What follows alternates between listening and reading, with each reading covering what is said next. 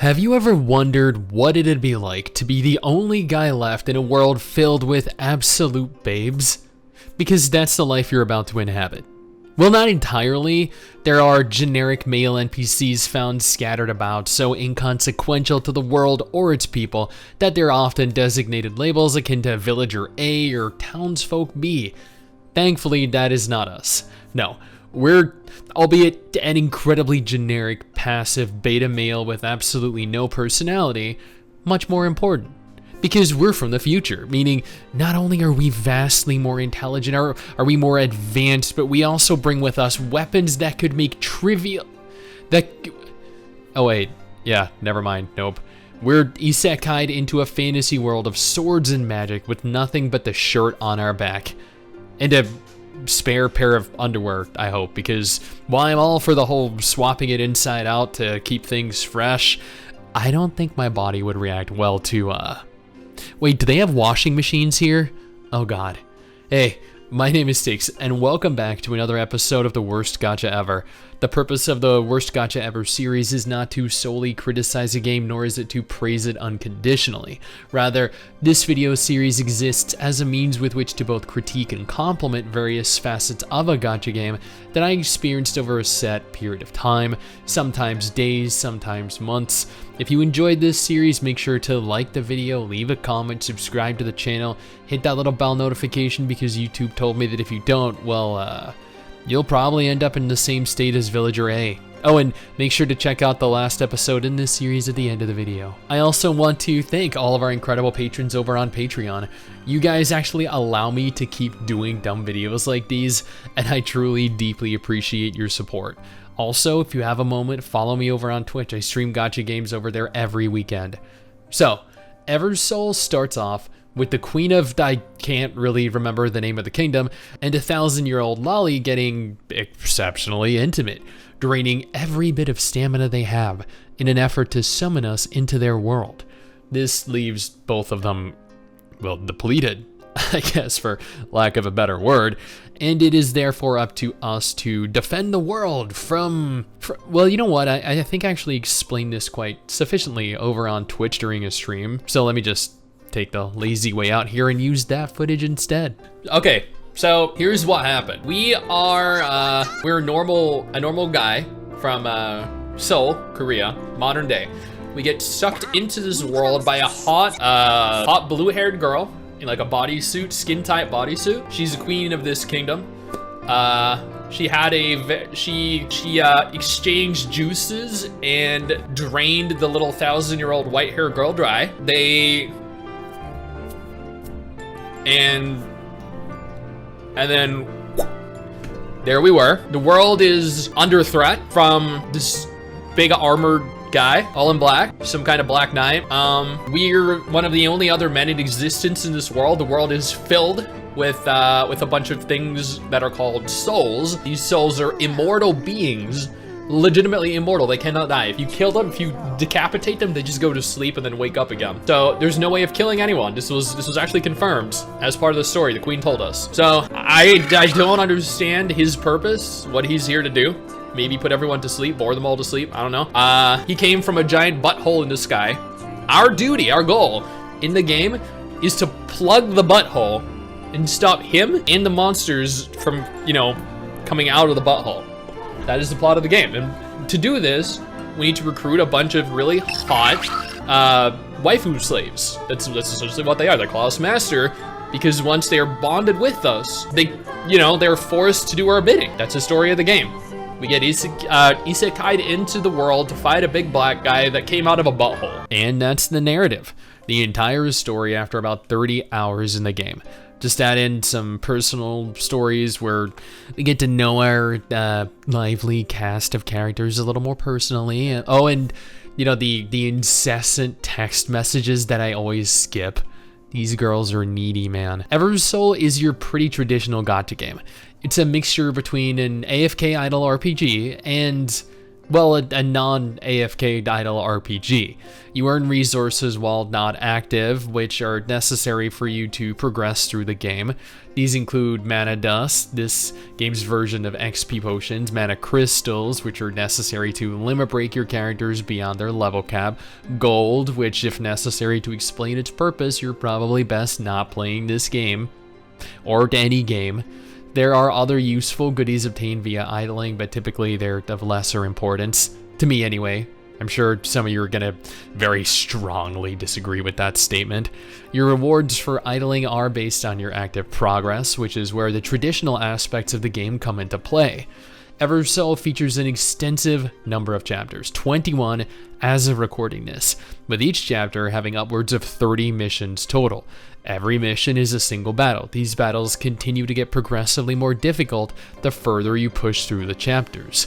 I like to take my games very casually, so I never really run into any type of power gating. I'm working my way through chapter 6 right now at level 33 with roughly level 90-ish characters, most of which are relatively upgraded. Thus, the missions that I've encountered have been of little consequence to me.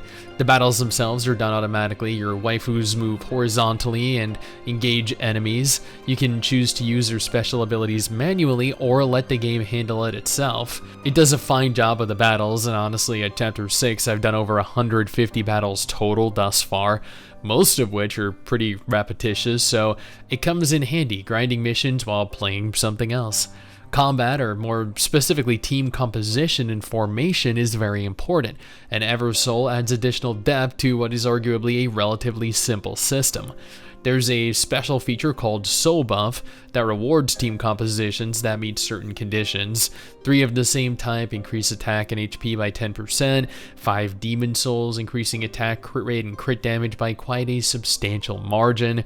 I'm a fan of using pretty much whatever waifus that I want because I like their aesthetic, their physical appearance, or their personality, but as you continue to progress into more difficult content, you'll be required to formulate and alter team compositions based off of current conditions. This also requires the leveling of as many of your characters as possible.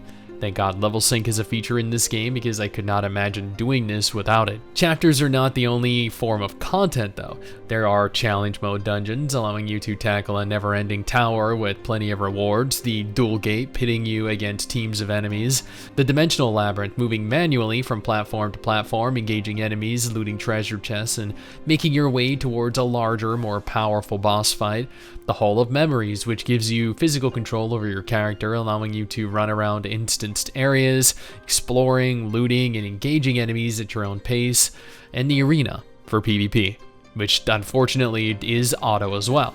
Look, I love PvP in my video games, but I hate PvP in the majority of gacha games.